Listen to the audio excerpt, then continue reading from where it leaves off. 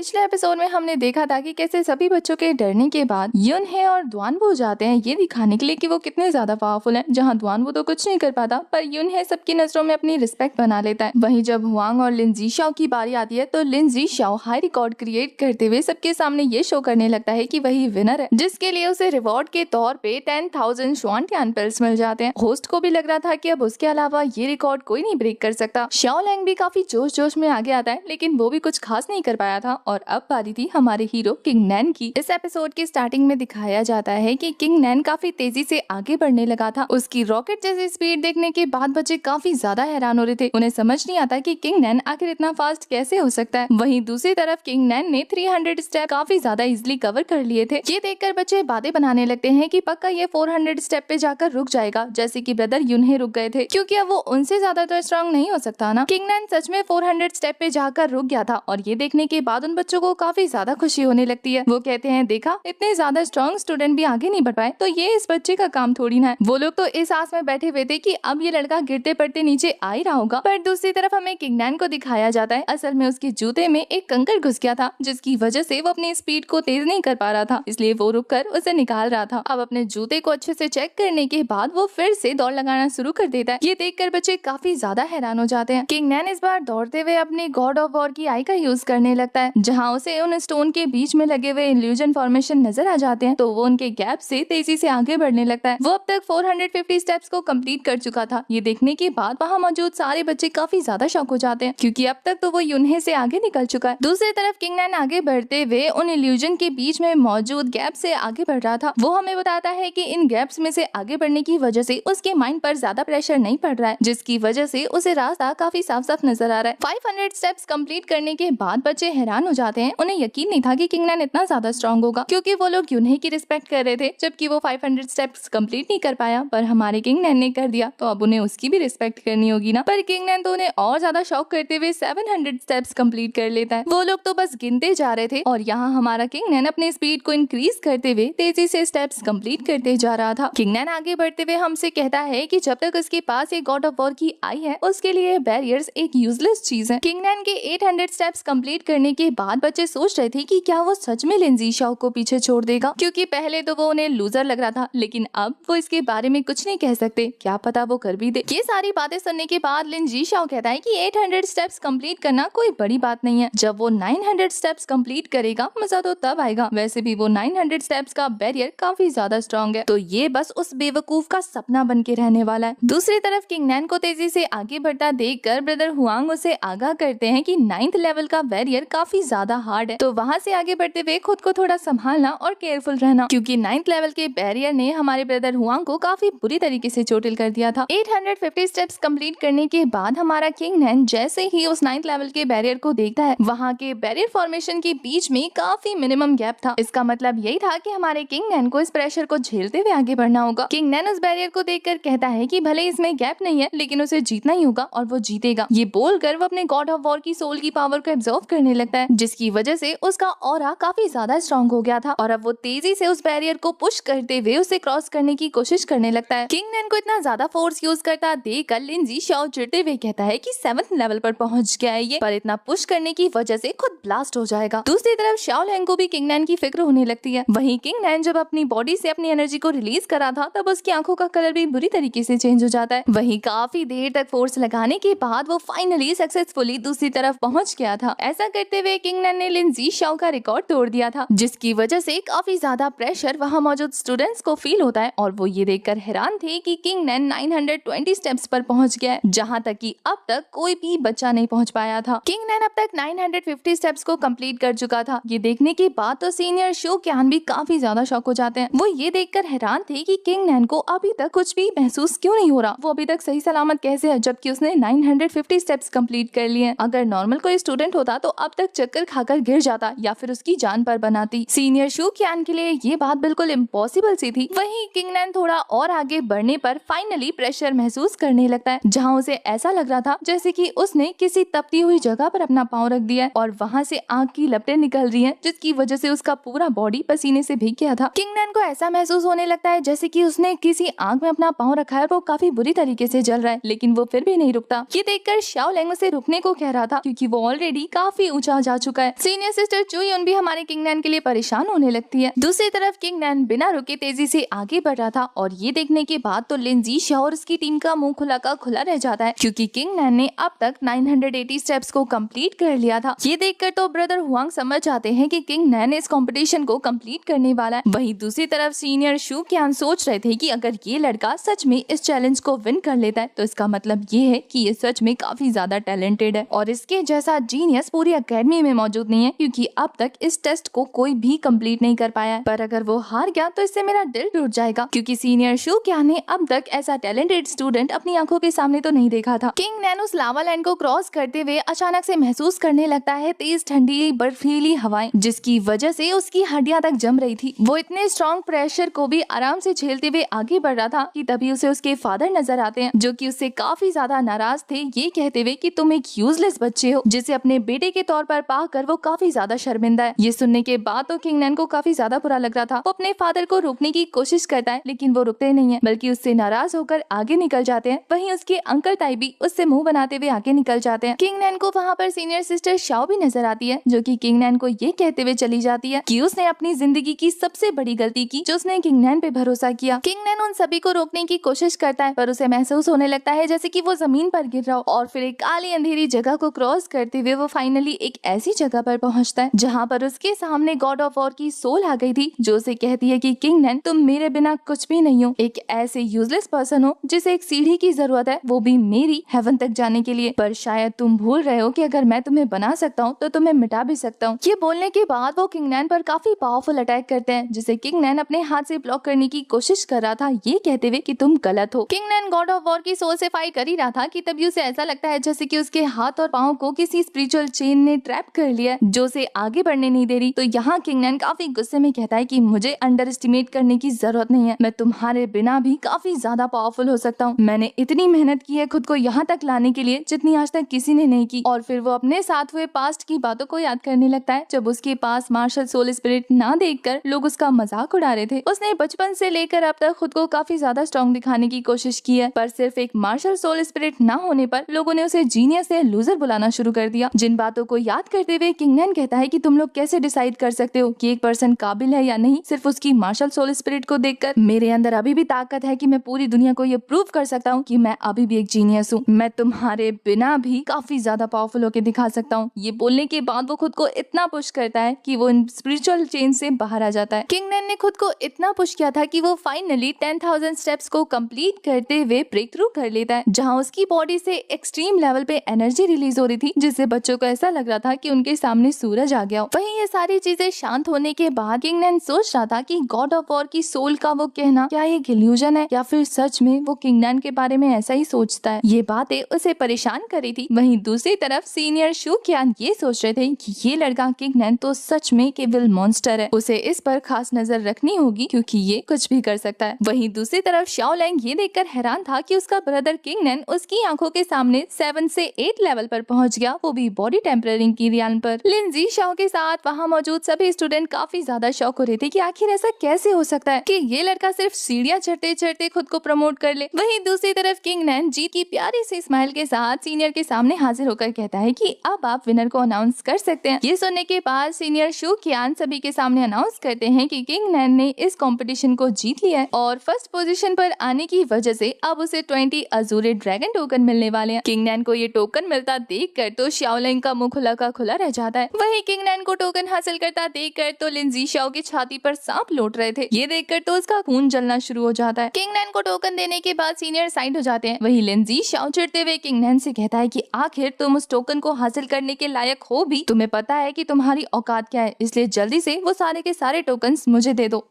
इससे पहले कि मैं दिखाऊं कि तुम किस लायक हो।